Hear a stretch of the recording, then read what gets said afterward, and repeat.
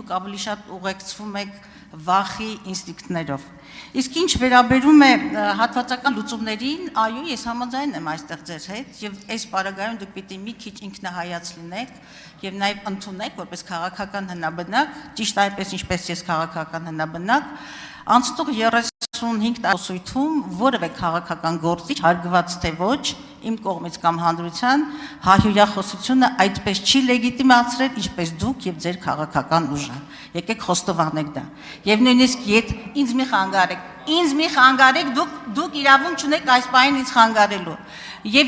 Եվ ձեզ խորհուրդ եմ տալիս, երեք երբ որ դուք շրջանառության մեջ դրեցիք այդ էթիկայի կոդի մասին տեսականորեն հրաշալի փաստաթուղթը, այո, մեկ անգամ եւս ես խորհուրդ եմ տալիս լինել շրջահայաց եւ տեսնել ձեր եւ ձեր քաղաքական թիմի մեղքի բաժինը եւ մեկ նախադասությամբ եզրափակեմ, երբ որ դուք անգամ ես անհարմար եմ զգում այս ամբողջ հայտարարելու, բայց սեռական